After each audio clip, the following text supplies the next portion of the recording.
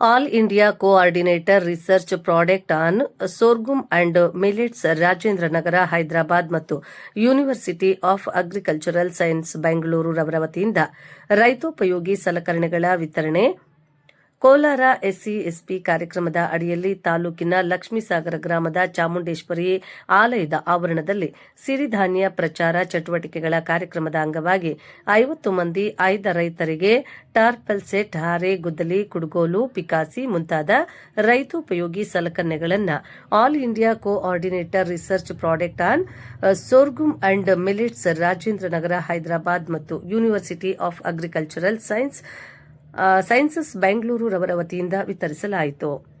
ಕಾರ್ಯಕ್ರಮ ಉದ್ಘಾಟಿಸಿ ಸಂಸ್ಥೆಯ professor doctor Lalitha, doctor Pushpa, doctor Mamata, K Srinivas, N Narayanaswamy, Chamundeshwari ದೇವಾಲಯದ ಧರ್ಮಾಧಿಕಾರಿಗಳಾದ ಚಂದ್ರಣ್ಣ, ಡಿಎಲ್ಎಸ್ ವಕೀಲ ಸೋಮಶೇಖರ್ ಮುಂತಾದವರು ಸಲಕರಣೆಗಳನ್ನು ಫಲಾನುಭವಿಗಳಿಗೆ ವಿತರಿಸಿದರು. ಡಾಕ್ಟರ್ ಲಲಿತಾ ಮಾತನಾಡಿ, ಸಾವಯವ ಗೊಬ್ಬರಗಳು ಮಣ್ಣಿನ ಫಲವತ್ತತೆ, ರಚನೆ ಮತ್ತು ತೇವಾಂಶವನ್ನು ಹೆಚ್ಚಿಸಿ ದೀರ್ಘಕಾಲಿಕ ಉತ್ಪಾದಕತೆಯನ್ನು ಸುಧಾರಿಸುತ್ತವೆ. ಇವು ಸೂಕ್ಷ್ಮ ಜೀವಿಗಳ ಬೆಳವಣಿಗೆಯನ್ನು ಉತ್ತೇಜಿಸಿ ಸಸ್ಯಗಳಿಗೆ ಅಗತ್ಯವಾದ ಪೋಷಕಾಂಶಗಳನ್ನು ನೈಸರ್ಗಿಕವಾಗಿ ಒದಗಿಸುತ್ತವೆ. ಅಲ್ಲದೆ ರಾಸಾಯನಿಕಗಳಿಲ್ಲದೆ ಮಣ್ಣಿನ ಆರೋಗ್ಯವನ್ನು ಕಾಪಾಡಿ ಪರಿಸರ ಮಾಲಿನ್ಯವನ್ನು ತಗ್ಗಿಸುತ್ತವೆ. ಸಾವಯವ ಗೊಬ್ಬರದ ಮುಖ್ಯ ಅನುಕೂಲಗಳೆಂದರೆ ಮಣ್ಣಿನ ಫಲವತ್ತತೆ ಹೆಚ್ಚಳ. ಸಾವಯವ ಗೊಬ್ಬರವು ಮಣ್ಣಿನಲ್ಲಿ ಇಂಗಾಲದ ಪ್ರಮಾಣ ಮತ್ತು ಸೂಕ್ಷ್ಮ ಪೋಷಕಾಂಶಗಳನ್ನು ಹೆಚ್ಚಿಸುವ ಮೂಲಕ ಮಣ್ಣಿನ ಜೀವ ವೈವಿಧ್ಯತೆಯನ್ನು ಉತ್ತೇಜಿಸುತ್ತದೆ. ಮಣ್ಣಿನ ರಚನೆಯ ಸುಧಾರಣೆ. ಇದು ಮಣ್ಣಿನ ನೀರನ್ನು ಹಿಡಿದಿಟ್ಟುಕೊಳ್ಳುವ ಸಾಮರ್ಥ್ಯವನ್ನು ಹೆಚ್ಚಿಸುತ್ತದೆ ಮತ್ತು ಮಣ್ಣಿನ ಸವೆತವನ್ನು ತಡೆಯುತ್ತದೆ. ರಾಸಾಯನಿಕ ಗೊಬ್ಬರಗಳಿಗೆ ಹೋಲಿಸಿದರೆ ಸಾವಯವ ಗೊಬ್ಬರಗಳು ಹಾನಿಕಾರಕ. ನೈಟ್ರೇಟ್ ಸೋರಿಕೆಯನ್ನು ಕಡಿಮೆ ಮಾಡಿ ಜಲಮೂಲಗಳನ್ನು ರಕ್ಷಿಸುತ್ತವೆ. ಮಣ್ಣಿನಲ್ಲಿರುವ ಹಾನಿಕಾರಕ ಬ್ಯಾಕ್ಟೀರಿಯಾಗಳನ್ನು ತಡೆದು ಬೆಳೆಗಳ ಆರೋಗ್ಯಕರ ಬೆಳವಣಿಗೆಗೆ ಸಹಾಯ ಮಾಡುತ್ತದೆ. ರಾಸಾಯನಿಕ ಗೊಬ್ಬರಗಳು ಮತ್ತು ಕೀಟನಾಶಕಗಳ ಮೇಲಿನ ಅವಲಂಬನೆಯನ್ನು ಕಡಿಮೆ ಮಾಡುವುದರಿಂದ ದೀರ್ಘಾವಧಿಯಲ್ಲಿ ಉತ್ಪಾದನಾ ವೆಚ್ಚವನ್ನು ತಗ್ಗಿಸುತ್ತದೆ. ಮಣ್ಣಿನ ಆರೋಗ್ಯ ಕಾಪಾಡಿಕೊಳ್ಳಬೇಕು, ಇಲ್ಲವಾದರೆ ಮಣ್ಣು ತನ್ನ ಪೌಷ್ಟಿಕತೆಯನ್ನು ಕಳೆದುಕೊಳ್ಳುತ್ತದೆ. ಹಾಗಾಗಿ ಹೆಚ್ಚಾಗಿ ಸಾವಯವ ಗೊಬ್ಬರ ಬಳಸಿ ಮಣ್ಣಿನ ಫಲವತ್ತತೆಯನ್ನು ಪೋಷಿಸಿ. ಹೆಚ್ಚಿಗೆ ಕೊಟ್ಟಿಗೆ ಗೊಬ್ಬರ ಬಳಸಿ ಗೊಬ್ಬರಗಳನ್ನು ಕೊಳ್ಳುವಾಗ ಮಣ್ಣಿನ ಆರೋಗ್ಯಕ್ಕೆ ಹಾನಿಯಾಗದಂತಹ ಗೊಬ್ಬರವನ್ನು ಉಪಯೋಗಿಸಿ. ಮಣ್ಣಿನ ಪರೀಕ್ಷೆಯನ್ನು ಕಾಲಕ್ಕೆ ಸರಿಯಾಗಿ ಮಾಡಿಸಿ ಸಲಹೆ ಸೂಚನೆಗಳನ್ನು ಪಾಲಿಸಿ ಒಳ್ಳೆಯ ಇಳುವರಿ ಪಡೆಯಿರಿ. ಹಾಗೆಯೇ ಉತ್ತಮ ತಳಿಯ ರಾಗಿಯನ್ನು ಬೆಳೆಯಿರಿ ಎಂದರು. ಡಾಕ್ಟರ್ ಪುಷ್ಪಾ ಮಾತನಾಡಿ, ರಾಗಿ, ಜೋಳ, ಸಜ್ಜೆ, ನವಣೆ, ಸಾಮೆ, ಹಾರಕ, ಬರಗು, ಕೊರಲೆ ಇವು ಕೆಲವು ಧಾನ್ಯಗಳು. ಈ ಧಾನ್ಯಗಳ ಕಾಳುಗಳು ಗಾತ್ರದಲ್ಲಿ ಚಿಕ್ಕದಾಗಿರುವುದರಿಂದ ಇವುಗಳನ್ನು ಕಿರುಧಾನ್ಯಗಳು ಎನ್ನುತ್ತಾರೆ. ಅಕ್ಕಿ, ಗೋಧಿ ಮತ್ತು ಜೋಳದ ಹೊರತಾಗಿ ದೊರೆಯುವ ಧಾನ್ಯಗಳೇ ಕಿರುಧಾನ್ಯಗಳು. ಇವುಗಳು ದುಂಡಗೆ ಹಲವು ಬಣ್ಣಗಳಲ್ಲಿವೆ. ಈ ಒಂದೊಂದು ಕಿರುಧಾನ್ಯಕ್ಕೂ ಅದರದ್ದೇ ಆದ ಸ್ವಂತ ರುಚಿ ಇದೆ. ಕೆಲವು ಕಿರುಧಾನ್ಯಗಳು ಸ್ವಲ್ಪ ಸಿಹಿಯಾಗಿದ್ದರೆ ಕೆಲವು ಸ್ವಲ್ಪ ಸಪ್ಪೆಯಾಗಿವೆ. ಇತ್ತೀಚೆಗೆ ಕಿರುಧಾನ್ಯಗಳಿಗೆ ಸಿರಿಧಾನ್ಯಗಳು ಎಂಬ ಹೆಸರು ಬಂದಿದೆ. ಸಿರಿ ಎಂದರೆ ಸಂಪತ್ತು, ಧಾನ್ಯ ಎಂದರೆ ಕಾಳುಗಳು. ಒಟ್ಟಾರೆ ಸಿರಿಧಾನ್ಯಗಳೆಂದರೆ ಪೌಷ್ಟಿಕಾಂಶಗಳೆಂಬ ಸಂಪತ್ತು ತುಂಬಿರುವ ಕಾಳುಗಳು. ಸಿರಿಧಾನ್ಯ ಬಳಸುವುದರಿಂದ ದೇಹಕ್ಕೆ ಕ್ಯಾಲ್ಸಿಯಂ, ನಾರಿನ ಅಂಶ ಮತ್ತು ಪೌಷ್ಟಿಕಾಂಶಗಳು ದೊರೆತು ಸಕ್ಕರೆಯ ಗುಣಗಳನ್ನು ಕಡಿಮೆಗೊಳಿಸಿ ಉತ್ತಮ ಆರೋಗ್ಯವಂತ ಸಮಾಜ ನಿರ್ಮಿಸಲು ಸಹಕಾರಿಯಾಗುತ್ತದೆ.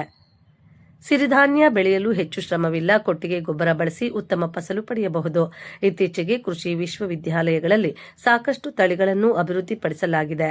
ಸೂಕ್ತ ಸಲಹೆ ಪಡೆದುಕೊಂಡು ಸಿರಿಧಾನ್ಯಗಳನ್ನು ಹೆಚ್ಚಾಗಿ ಬೆಳೆಯಿರಿ, ಆರ್ಥಿಕವಾಗಿಯೂ ಮುಂದುವರಿಯಿರಿ. ಹಾಗೆಯೇ ರಾಗಿ ಬೆಳೆಯ ಮಧ್ಯದಲ್ಲಿ ಪಾರಂಪರಿಕ ನವಧಾನ್ಯಗಳನ್ನು ಬೆಳೆಯಿರಿ ಎಂದರು. ಕೆ ಶ್ರೀನಿವಾಸ್ ಮಾತನಾಡಿ, ಭೂಮಿಯನ್ನು ಸ್ವಚ್ಛವಾಗಿ ಆರೋಗ್ಯಕರವಾಗಿ ಕಾಪಾಡಿಕೊಳ್ಳಿ. ಆರೋಗ್ಯಕ್ಕೆ ಸಹಕಾರವಾಗುವ ಆಹಾರವನ್ನು ಬಳಸಿ ಆರೋಗ್ಯವಂತರಾಗಿರಿ. ಉತ್ತಮ ಜೀವನ ಸಾಗಿಸಿ. ಪರಿಸರ ರಕ್ಷಣೆ ನಮ್ಮೆಲ್ಲರ ಹೊಣೆ. ಈ ನಿಟ್ಟಿನಲ್ಲಿ ಅರಿತು ನಾವು ನೀವು ಒಟ್ಟಿಗೆ ಸಾಗೋಣ ಎಂದರು.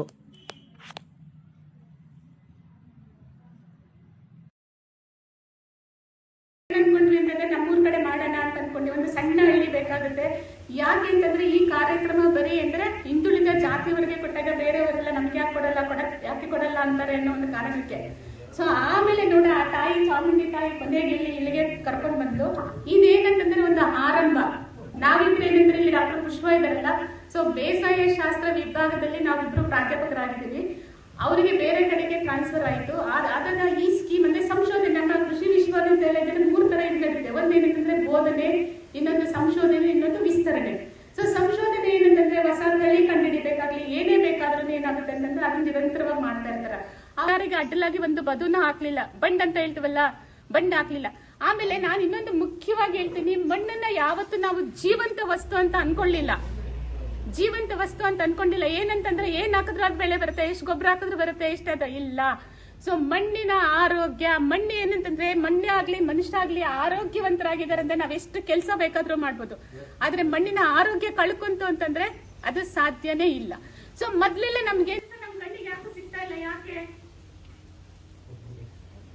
ಯಾಕೆ ಎಲ್ಲ ರೈತರು ಹೇಳ್ಬೇಕು, ಸಾಕಷ್ಟು ಜನ ನೀವು ಏನ್ ಬೆಳೆ ಬೆಳೀತಾ ಇದ್ದೀರಾ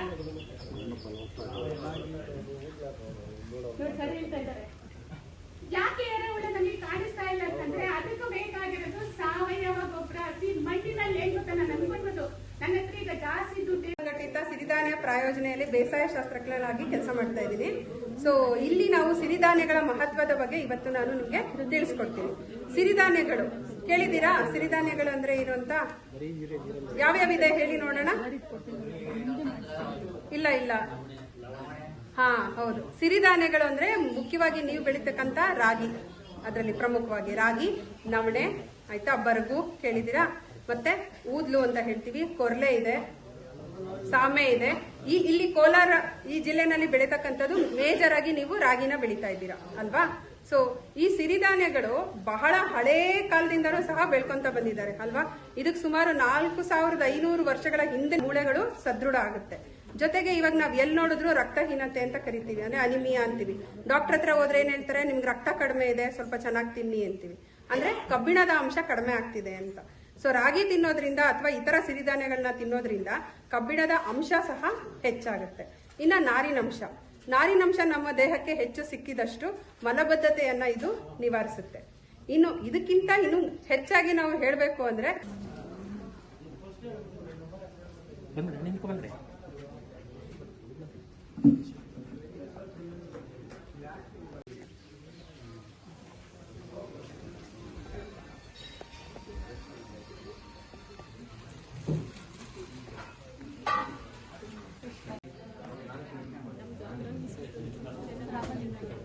ರಾಮಲಿಂಗಯ್ಯ 14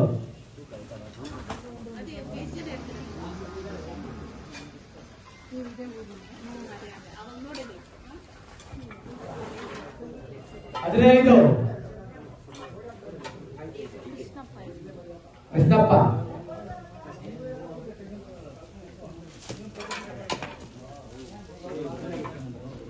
ಎಷ್ಟಿನ ನಂಬರ್ ಇನ್ನೊಂದು 15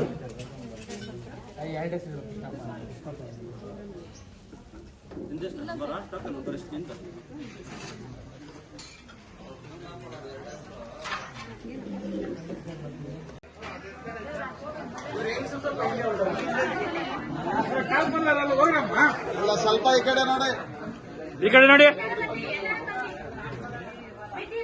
ಎಲ್ಲಾರು ಬರ್ರಿ.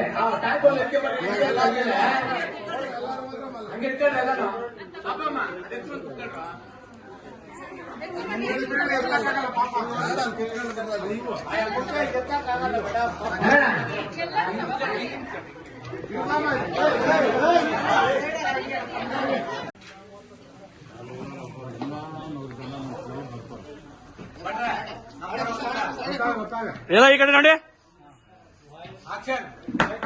ಎಲ್ಲ ಈ ಕಡೆ.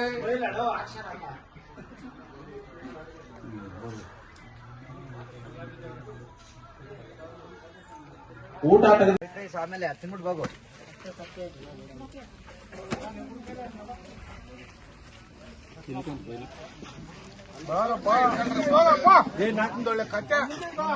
ಸೌಟ ಹಿಡ್ಕೊಂಡ್ರೆ ಆಗ್ಲ ತಟ್ಟಕ.